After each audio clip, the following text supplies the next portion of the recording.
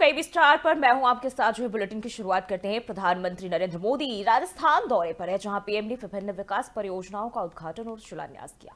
वहीं उन्होंने अपना संबोधन देते हुए राजस्थान सरकार की सराहना की और कहा कि बीते एक साल में राजस्थान की विकास को नई गति, नई दिशा देने में सीएम भजनलाल और उनकी पूरी टीम ने बहुत परिश्रम किया है।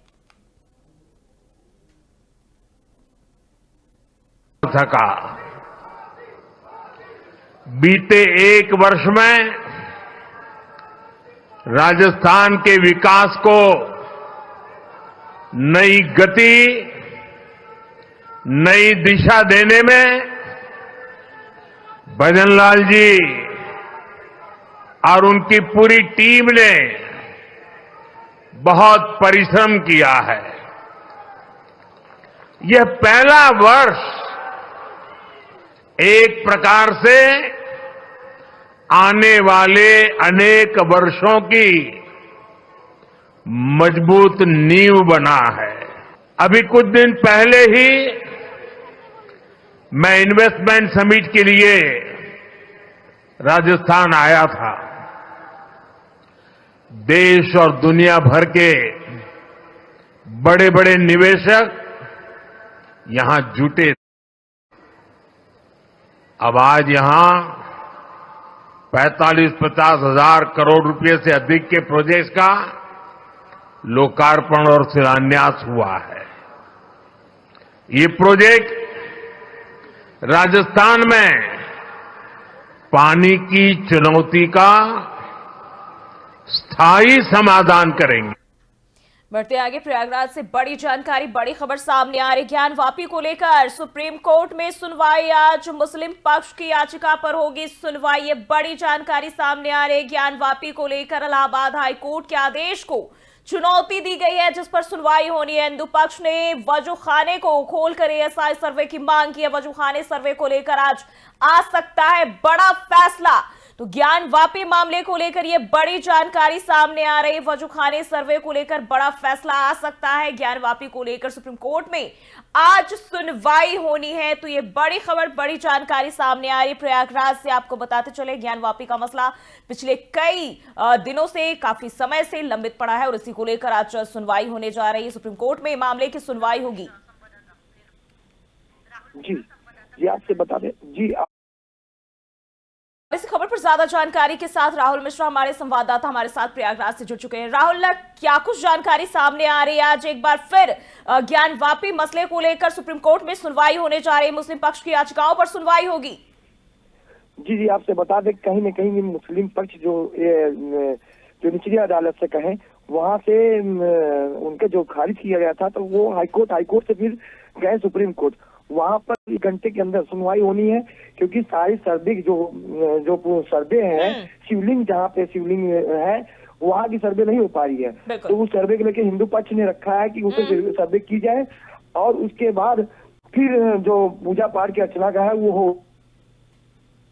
बिल्कुल, अगर अभी तक बात करें, क्या कुछ माहौल देखे जा रहे, क्योंकि ये जो एरिया है विवादित रहा है। सर्वे पर लेकर तरह तरह की बयानबाजी भी सामने आई। लगातार सुनवाई का दौर, या यूं कहे कि तारीख पर तारीख देखने को मिली अभी तक।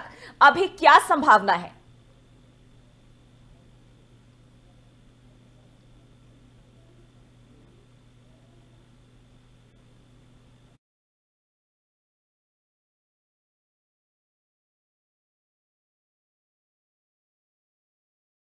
टूट गया है। बहुत बहुत शुक्रिया राहुल तमाम जानकारी के लिए। तो आपको बताते चले, मुस्लिम पक्ष की याचिकाओं पर आज फिर से सुप्रीम कोर्ट में सुनवाई होगी। इलाहाबाद हाई कोर्ट के आदेश को चुनौती दी गई है और उसी को लेकर ये सुनवाई होगी। वहीं बताते चले, हिंदू पक्ष ने वजूखाने को खोलकर एएसआई सर्वे की मांग की है। काफी विवादित मामला है और इसी को लेकर एक बार फिर सुप्रीम कोर्ट जो है अपनी निगरानी में इसकी सुनवाई करेगा और क्या कुछ निकल के सामने आता है कोर्ट की तरफ से, देखना दिलचस्प होगा।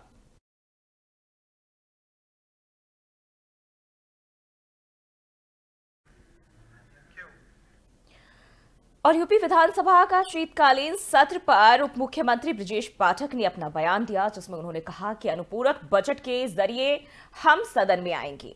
यह बजट प्रदेश की आधारभूत संरचना को मजबूती देगा, महाकुंभ को और बेहतर बनाने वाला होगा, कानून व्यवस्था और मजबूत किया जाएगा। हम हर स्थिति से प्रदेश को विकास के मोर्चे पर लाने के लिए काम कर रहे हैं।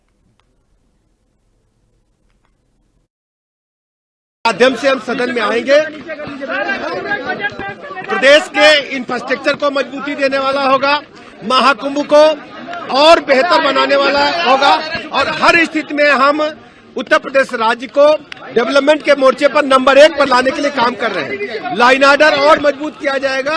आप देखेंगे इस बजट के माध्यम से चतुर्मुखी विकास पूरी तरह से माइलस्टोन साबित होगा। ये और पटना से बड़ी जानकारी सामने आ रही, प्रशांत किशोर की जन स्वराज पार्टी को झटका। तो ये बड़ी जानकारी, प्रशांत किशोर की जन स्वराज पार्टी को बड़ा झटका लगा है। पूर्व सांसद मुनाजिर हसन ने पार्टी का दामन छोड़ दिया है। तो एक बार फिर जन स्वराज को ये बड़ा झटका लगा है। आपको बताते चले, हाल ही में जो है इस पार्टी का गठन किया गया था, लेकिन अब बड़ा झटका लगा है पार्टी को। पूर्व केंद्रीय मंत्री देवेंद्र प्रसाद यादव ने कोर कमेटी से इस्तीफा दे दिया है। दोनों नेताओं ने जन स्वराज पार्टी से अपना इस्तीफा दे दिया है। दोनों नेताओं की इस्तीफे की कॉपी प्रशांत किशोर को भेजी गई है। तो ये बड़ी जानकारी सामने आ रही। पटना से प्रशांत किशोर की जन स्वराज पार्टी को झटका लगा है, जहां पूर्व सांसद मुनाजिर हसन ने पार्टी छोड़ दी है। इसी के साथ साथ पूर्व केंद्रीय मंत्री देवेंद्र प्रसाद यादव ने भी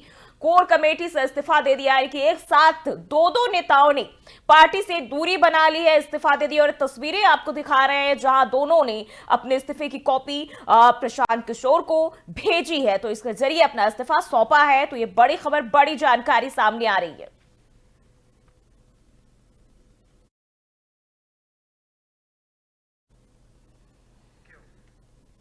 और लोकसभा में one nation one election bill पेश किया गया है। केंद्रीय कानून मंत्री अर्जुन राम मेघवाल ने लोकसभा में संविधान का 129वां संशोधन विधेयक 2024 पेश किया है, जिसका उद्देश्य लोकसभा और राज्य विधानसभाओं के चुनाव एक साथ कराना है। वहीं बिल पेश होते ही कांग्रेस और सपा सांसदों ने इसका विरोध करना शुरू कर दिया और आलोचना करते हुए इसे संघवाद पर हमला बताया। वहीं सपा के आजमगढ़ के सांसद धर्मेंद्र यादव ने इस मामले पर कहा कि यह सरकार की तानाशाही है।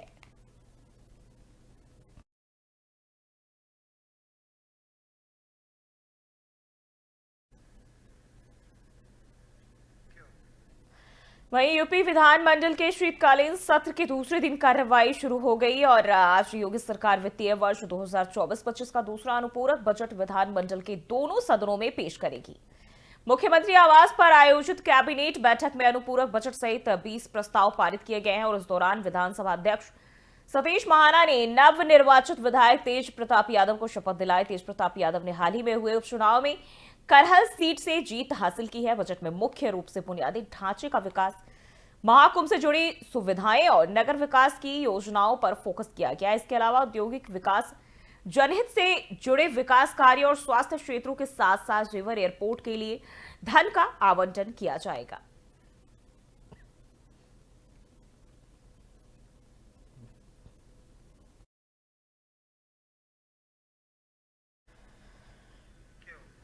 बढ़ते हैं आगे। केंद्र सरकार 13 जनवरी से प्रयागराज में शुरू हो रहे महाकुंभ में शामिल होने वाले रेल यात्रियों की सुविधा के लिए नए विकल्प पर विचार कर रही है। सूत्रों के मुताबिक रेलवे महाकुंभ से लौटने वाले सामान्य श्रेणी के यात्रियों के लिए टिकट खरीदने की अनिवार्यता खत्म कर सकती है और इसके लिए जरूरी और औपचारिकताओं को अंतिम रूप भी दिया जा रहा है। दरअसल महाकुंभ के 45 दिनों में देश भर से करीब 45 करोड़ से अधिक लोगों के पहुंचने का अनुमान लगाया जा रहा है। रेलवे का आकलन है कि कुंभ के दिनों का औसत निकाले तो रोज यानी कि रोजाना 5 लाख से ज्यादा यात्री सामान्य श्रेणी के कोचों में सफर करेंगे और इतने ज्यादा यात्रियों को एक दिन में टिकट उपलब्ध कराने के लिए जरूरी संसाधन जुटाना सबसे बड़ी चुनौती होगी और इसलिए जनरल टिकट खरीदने की अनिवार्यता को कुंभ के लिए रद्द किया जा रहा है। रेलवे कुंभ के लिए 3000 विशेष ट्रेनें भी चलाई जाएंगी जो 13,000 से ज्यादा फेरे लगाएंगी। महाकुंभ 13 जनवरी से 26 फरवरी 2025 के बीच आयोजित होगा।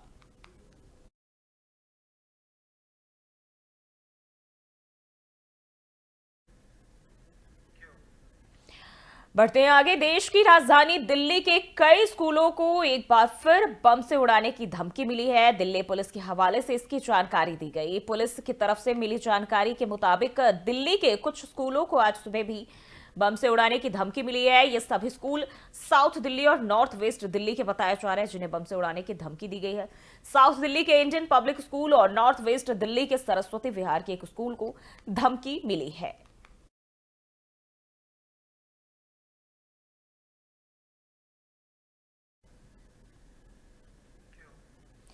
बढ़ते हैं आगे। गुजरात के भावनगर में मंगलवार सुबह एक बस और डंपर में टक्कर होगी जिसमें 6 लोगों की मौत हुई है और करीब 10 लोग घायल बताए जा रहे हैं। पुलिस के मुताबिक हादसा सुबह करीब 6 बजे हुआ जब बस भावनगर से महुआ की ओर जा रही थी। बस ने डंपर को पीछे से टक्कर मार दी और टक्कर इतनी तेज थी कि बस का अगला हिस्सा बुरी तरह क्षतिग्रस्त हो गया।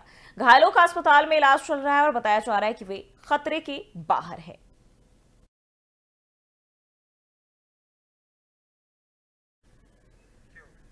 और फिलहाल के लिए बुलेटिन में बस इतना ही। खबरों के लिए बने रहिए स्टार न्यूज के साथ।